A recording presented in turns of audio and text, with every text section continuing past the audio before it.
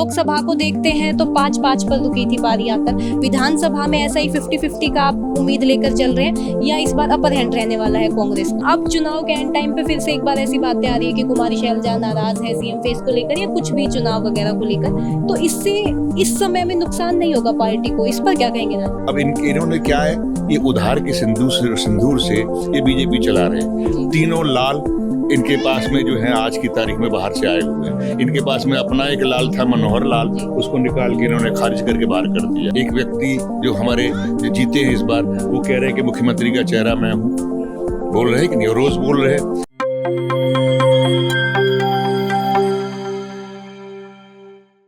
नमस्कार, मैं हूं कोमल राव। आज हमारे साथ मौजूद हैं कांग्रेस के वरिष्ठ नेता राज बब्बर। लोकसभा का चुनाव लड़ा था गुड़गांव से, अच्छे वोट हासिल किए थे लेकिन थोड़ी कसर रह गई। फिलहाल विधानसभा चुनाव के लिए जो कांग्रेस पार्टी के उम्मीदवार हैं उनके प्रचार में उतरे हुए हैं। आज ये चिरंजीव राव के चुनाव प्रचार में आए हैं। रेवाड़ी से कांग्रेस के उम्मीदवार है चिरंजीव राव। तो फिलहाल यहीं से शुरुआत करते हैं, कैसा प्रचार चल रहा है, कैसा समर्थन मिल रहा है? देखो, सच्चाई तो ये है कि मैं जो देख रहा हूँ एक उत्साह यहाँ। ये अभी 4 मीटिंगें हुई, उससे पहले भी मैं इधर से जब गुजरा था, पहले मैं जब जा रहा था मेवात की तरफ, तब भी मैंने देखा कि लोगों के अंदर जो है चिरंजीवी राव जी के लिए बहुत उत्साह है, एक बज़ है।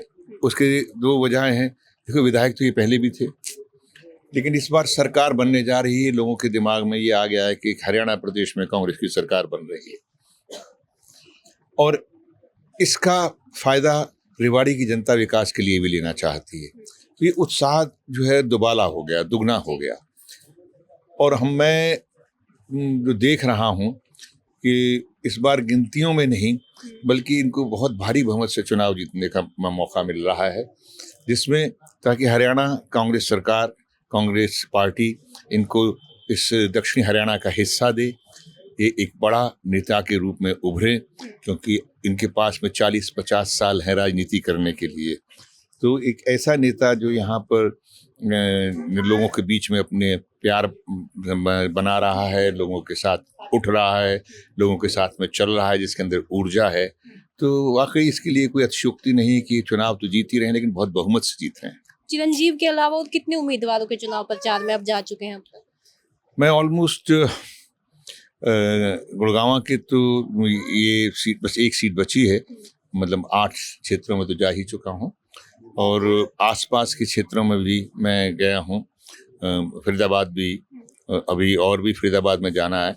मैंने टच तो किया है यहाँ पर जितनी भी चीज़ें हैं, लेकिन अभी कल मैं जा रहा हूँ चंडीगढ़। उधर से मैं जीटी रोड की जो है मीटिंगें करता हुआ वापस आऊँगा।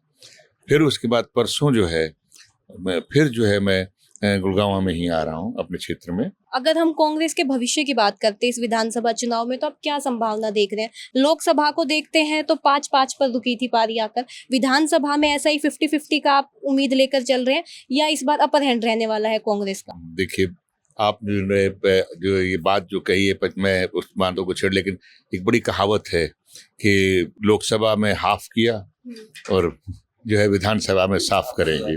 तो ये साफ नजर आ रहा है, क्योंकि आप कहीं भी चले जाएं, हिंदुस्तान के किसी कोने में भी अगर आम आदमी से ही पूछेंगे तो उन लोगों का ये कहना है, बल्कि बीजेपी वाले भी कह रहे हैं, अरे भाई इस बार तो हरियाणा में आपकी सरकार आ रही है।